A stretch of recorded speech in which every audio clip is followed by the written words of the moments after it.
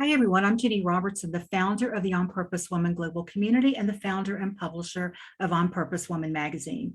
I'm here to share the speaker portion of our Connections Over Coffee gathering of the On Purpose Woman Global Community. Amy Gillespie Dougherty will lead a discussion with some of the authors of the Ancestors Within book series and journals. Amy is lead author of the Ancestors Within book series and journals, and she's host of the upcoming Ancestors Within podcast and Ancestral Summit, November 7th through the 11th, and that link is in the text. She's passionate about changing the way you experience your ancestors. Creator of Irigenics Ancestral Eye Reading and the Ancestral Toolkit, she's setting a bolder course for individuals and families to explore where they come from and what they were born to do. Ask her how to meet your ancestors today. So Amy, thank you for being here.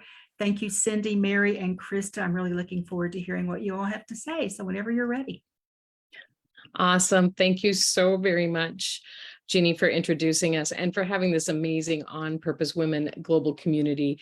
Your work is amazing. You're my heroess. I like to say heroess. And I love the work that you do. And I'm really excited for 2023, once we get through our summit, to be able to spend more time with you and this amazing group. I'm fired up about it. Yay. So January 6th of 2021, could it be? 2021, I was given a mission in my morning meditation to put together a number of ancestral books that would include embracing, engaging, discovering, connecting, and celebrating and honoring our ancestors and all the amazing ways they show up in our lives, and set on a mission to change the way our world experiences their ancestors. And now, about 600 to 620 days later, we have 6 best-selling, award-winning books with 80 authors and 101 chapters, all about unique ways to recognize healing patterns, ways to recognize our gifts that we haven't explored yet, as well as each book includes specific tools and online opportunities for you to learn how to work with your own ancestors. And so the culmination is our 2 journals, which are actual activity guides. And just to start off, what would it be like if one night a week at dinner, after you and your family sat down and did an ancestral activity? What if you planted a family tree? What if you put together an ancestral dinner and then journaled about the experience, and then the next week put them all into a journal that you hand down as a keepsake to your grandchildren and great-grandchildren? I mean, what a gift, spanning 4 to 6 generations. Here's grandma reaching out to her ancestors and writing about it. It's like finding grandma's baby book. And so we have an amazing summit coming up, as you said, November 7th to 11th, honoring and really going through those 101 chapters, 104 journal prompts and tools, our 80 authors and artists. And today we're going to lead off with 3 of our authors who are going to tell us some unique aspects that they bring to ancestral connection. And those are Cindy Kramer, Krista Lindquist, and Mary Perry. And so what I'd like to do is have each of them just give us a 1 to 2 minute quick intro of who they are, which book they're in. I'll be happy to hold your book up for you. And then we're going to jump into some questions so that those who are watching and listening can learn some great tools and aspects of ancestral connection. So I'm going to go ahead and start with Cindy Kramer. And Cindy, if you wouldn't mind to give us a brief introduction of yourself and your chapters and a little bit about you, and I'll grab your books for you. Hi, everyone. I'm Cindy Kramer. I was actually in 2 of the books. I was in volume 3, and my chapter 17 was called Awaken Through Your Ancestresses, Discover the Truth of Who You Are. And in that chapter, I talked about how I researched my paternal grandmother, who I had never met before and knew nothing about, and discovered all the similarities that I had with her, both good and bad. We've both been through some of the same difficult experiences, but also shared some of the same gifts, and how I've used that to kind of know more who I am as a woman. In the volume 4, I wrote chapter 8, which is called Walking in the Footsteps of Your Ancestors, A Pathway to Understanding. And this chapter actually started out as being a story about ancestral travel and discovering the places where your ancestors are from. But after writing it, I actually realized it was a story about healing the relationship with my dad, after being with him in where he grew up in England, and then after his passing, visiting the village where his ancestors were from, and just how that changed our relationship with each other. So I'm actually about to embark on a change in my own life, which has been spurred by my work both with the ancestors and also through my experience in writing in these books. So I'm about to leave my full-time job here in Pennsylvania and move to Florida, where I'm going to be focusing full-time on my business, where I will be helping other women in midlife who have a calling to do bigger work in the world, to follow that path. And the way I will do that is by helping them discover what their ancestral gifts are and help them overcome the inherited burdens that hold them back from doing that. So it's kind of like a combination of genealogy, ancestral healing, and life coaching. So I'm excited to get started with that. Welcome. Welcome. Thank you so much. Krista, if you could just give us a quick intro to you and your work and a little bit about who you are and the wonderful world of Krista Lindquist. Absolutely. Thank you, everyone. So happy to be here. I'm Krista Lindquist. I'm the founder of my business, J. Ray Wellness. I'm an intuitive life coach, an author of my personal memoir called The Daisy Diaries, and so excited to be a collaborative author of the 4th volume of The Ancestors Within, Celebrate and Honor Your Sacred Origins. I wrote chapter 13 in collaboration with my daughter, Jalen. Our chapter is called The Birth and Death That Healed Me, Receiving and Sharing Healing Connections with Ancestors of the Future. So in our chapter, my daughter and I, she joins me to share our unique story of the past and future ancestors that literally saved my life and made me the healer that I am today.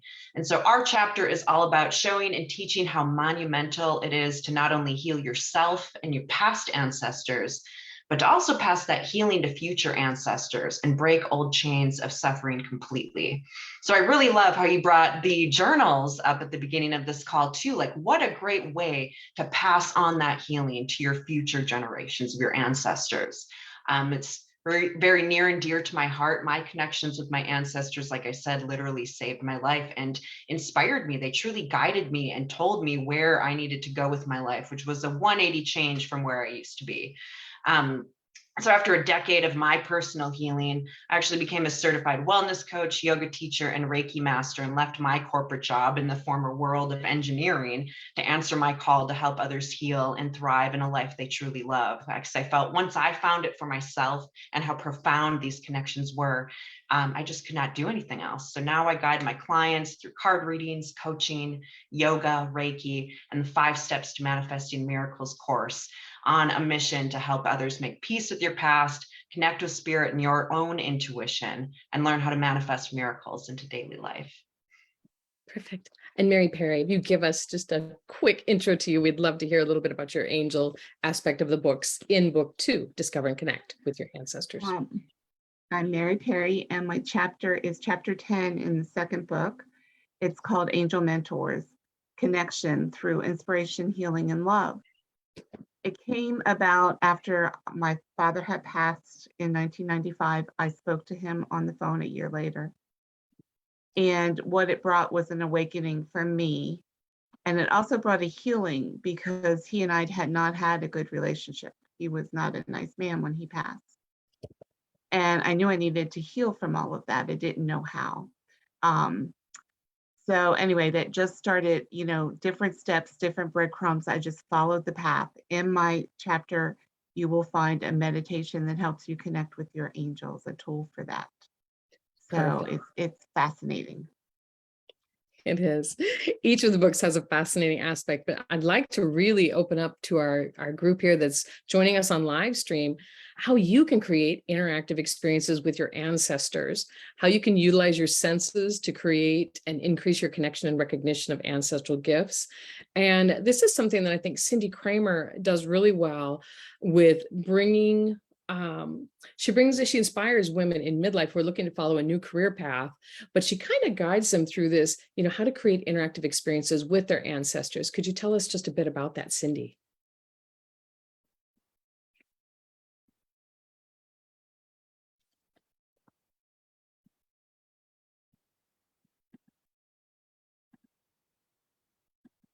Oops, you're muted. Can you hear?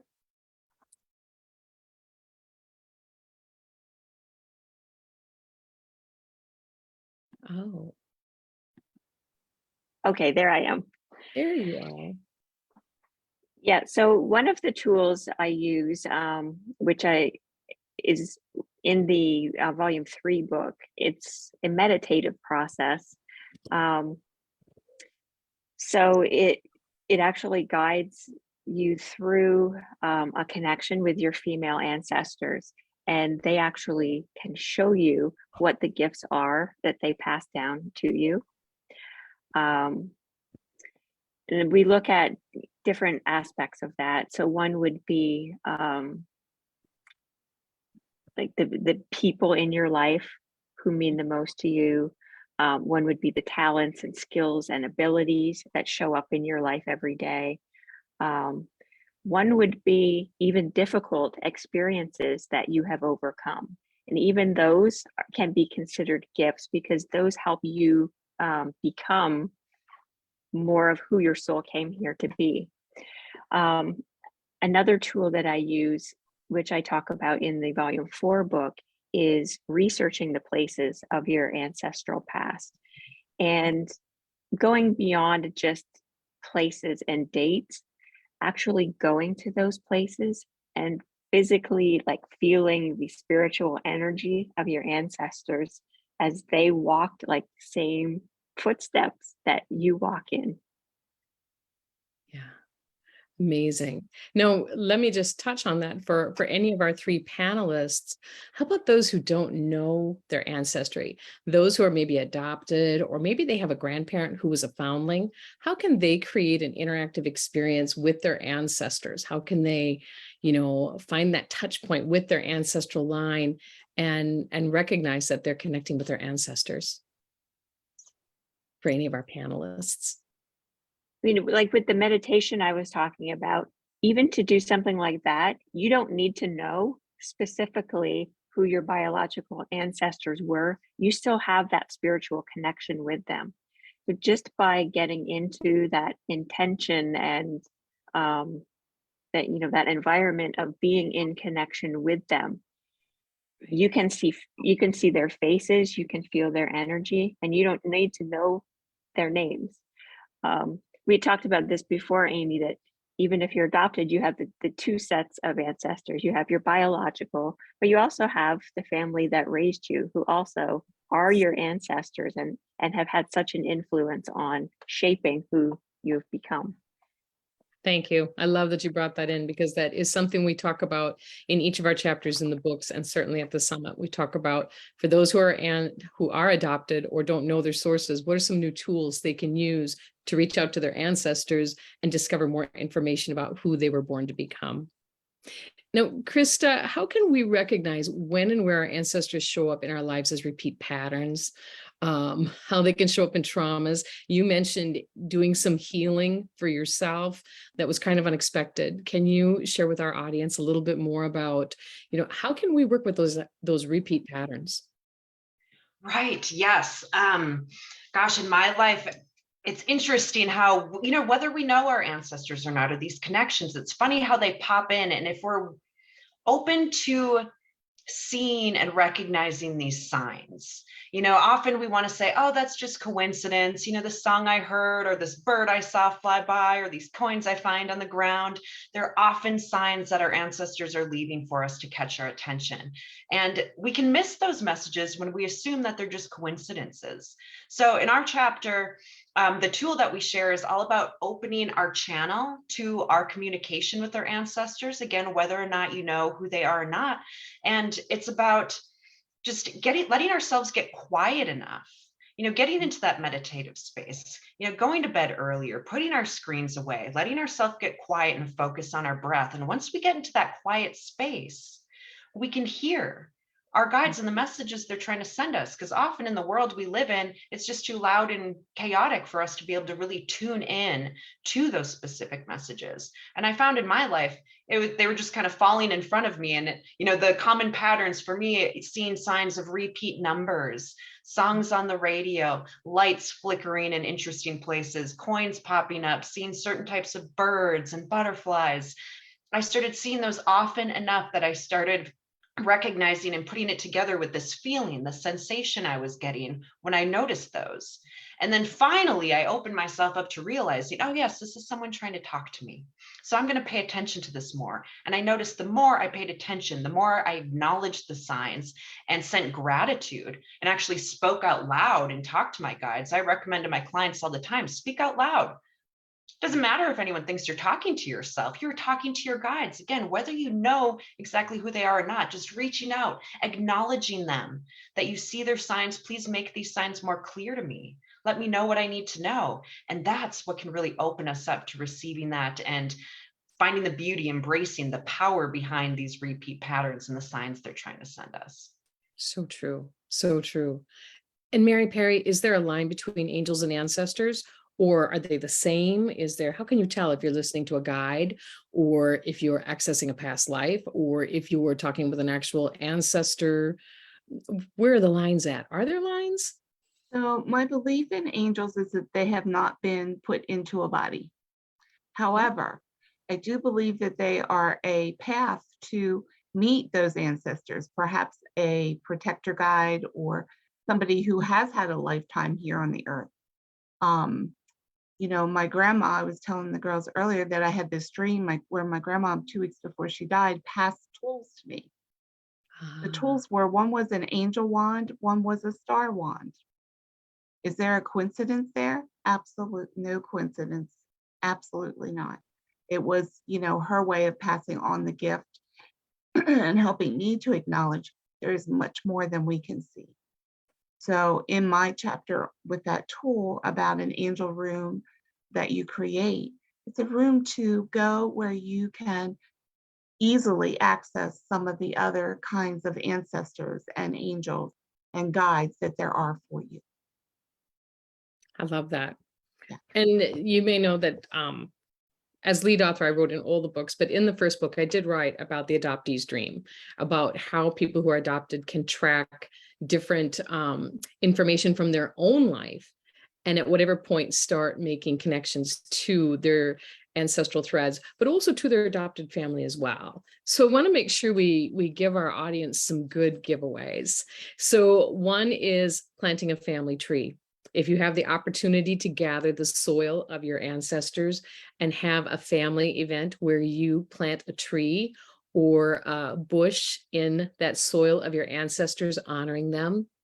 Another is any kind of sensory journaling that you can do. Now, a sensory experience that you can have with your ancestors is where you jump into as many of the 5 physical senses that you know they had, that you can jump into to start making a closer connection point. So we all know, like, if you don't know anything about your ancestors, we know they heard the wind or felt the wind on their face or the sunshine. They smelled a campfire at some time, or perhaps a kind of tea. So when Cindy Kramer is talking about researching your ancestors, if all you've done is a DNA test and you've just got those little colored dots across the map from Ancestry.com or 23andMe, you can research what kinds of foods, what kind of flowers were in that area. And as you bring those things together, suddenly you can activate not only your ancestors and the connection with them, but you can often activate your own gifts, talents, and abilities that you didn't realize you had. And we have more than one author who have turned on their abilities. One of our artists took no drawing classes, but when she was in her 30s, she was actually the artist of our 4th book. When she was in her 30s, she was drawing mandalas with her daughter. And suddenly she turned on an ability to activated her ability to astral travel and to channel. And she's in 2nd round interviews with Netflix to do a story of her life experience and how this complete ancestral ability just clicked on in her 30s, which she had absolutely no expectation of coming into her world. Another one of our authors wrote about when missing information exists, like you just have no way of finding your ancestors from Yugoslavia. She writes a love letter to her ancestors. She sits down and makes a love letter talking about the piece of information she's missing and why it's so dear to her and why she wants to know it. And she talks about how every time within 3 weeks, those information, some piece of that missing information shows up in her world. We have another author who has coffee with her ancestors every morning. Every morning after everybody goes to work, she sits down and she has a cup of coffee or a cup of tea with her ancestors and just settles in and just has a little conversation with them over coffee. And it's their joining point at that time. So I know we just have a couple minutes left. I'd love to hear a 1-minute tip or tool from each of our panelists that they would say, wow, if there's one thing I would say, I would love for you to do this, and I'd love to hear how it worked out for you. Let's go there. Krista, can we start with you? Sure. Tough to pick just one thing, but like I was saying before, if you could just give yourself quiet time, to really practice getting into that silent space and really notice what comes through. I'm always saying, when our outer world is too loud, then we can't really tune in and hear our guidance. So if you can give yourself a minute, few minutes, dedicate more time to quiet, peaceful meditation and getting into that space, I'd love to hear what messages come through for you. Thank you. Thank you so much. And Cindy, what would you offer that you would love to have people experience and then come back and tell you all about it? Well, that's not where I was going to go with that question. What I was going to say, it's just that, like, if you have a dream in your heart that it is meant for you, and it was probably placed there by your ancestors, so it's like it's part of your soul purpose to follow that. So don't let any fears or beliefs hold you back from doing that. I love it. That's perfect. You had the perfect answer, even if I had a fumbly question. And Mary Perry, what tip would you offer? So one of the big things with my family, my mom and my grandmothers, was about cooking and baking, especially baking. And while I shouldn't be eating the baked goods, I love taking their recipes out and making something because they were doing it with love. Mm-hmm. And so just being in that moment, and allowing myself that time at least once a year, I go through that. And especially around Christmas, because that was always the big deal in our house. But just really remembering and honoring them with that and allowing that love to just fill me up and kind of fuel me, because it's not just my love, it's from ancestors upon ancestors. So. It's so true. And I want everybody to remember that no matter who you are or how you got here, you came in because you were meant to be tied to the exact ancestors that you're tied to. When I work with twins, fraternal twins, identical twins, mirror twins, they are all tied to different ancestors. They might look identical, but their ancestral patterns are not. That's why one will react to one thing and the other will react to something else. And the only way you got here is for every one of those ancestors to have lived, created children, and died in a very specific order. You take anybody out of that mix and you're a different person. Might just be slightly different, might not even be noticeable, but you are a different person. You have a different DNA load. And so honoring that you were born to become exactly who you are. You're here, and this is what I love about On Purpose Women, is that the commitment of one can change the world. Every time. We've seen it over and over. Mother Teresa, Ginny, the intention of one person can change everything. But what it really is it's also that support and force of all the ancestors behind that person. So I've spoken about this before. There was a girl who did a science project where she was checking the genealogy of all of our American presidents. And of 44 presidents, all but one came from the common ancestor, King John out of England. They had some tie to him some way. And my question, being the rabbit hole girl that I am, was, well, how about the opponents? Were they all related to King Philip? I mean, where did they all come from? But the point being, everyone except for Buchanan was the only president of the 44 that was not tied to King John of England. And he's actually one of my ancestors as well. And he wasn't the nicest guy in history, if we all remember. I mean, he was not the beloved by far, right? He was kind of a snarky king. And yet, and both Clintons, Obama, all of them tied to this same gentleman. So we don't know who we're related to. So we have this great opportunity to have this immense compassion for everyone who's in our world, because they're probably here while we're reworking some ancestral pattern that's happened hundreds of years back. And we've got this opportunity today to go, that's ancestral. I'm not going to engage that. Or, you know what, that's ancestral and I'm in, right? Your ancestors have waited your whole life for this moment, and you're next. Wow. Wow. Thank you. Thank you, Amy and Mary and Cindy and Krista. That was just so great, so informative, so wise, and really great takeaways. I'd like everyone here with us to unmute yourself so we can officially applaud for our panel today. So, and shout or go woo-hoo or whatever. Our ancestors. Our ancestors, yes, applaud our ancestors.